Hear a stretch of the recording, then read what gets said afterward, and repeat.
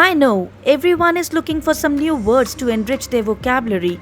Here I come with a new word, flabbergasted, in Enrich Your Vocabulary Daily with Aamya Sachdeva. This will certainly elevate your English in a minute, so let's get started. In this video, you will learn its meaning, synonyms, and example sentences. The word flabbergasted means struck dumb with astonishment and surprise. Synonyms of this word are amazed, stupefied, dumbstruck, and dumbfounded. Let us now see how this word is used in different sentences.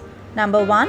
When you see your mom come back from the salon with bright green spiky hair and your jaw drops to the floor in a total shock, you are flabbergasted, which means you are completely shocked and speechless.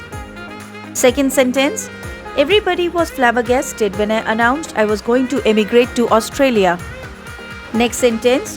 Flabbergasted, she fumbled for the pocket purse in her bag, but it was gone. Thanks for watching this video.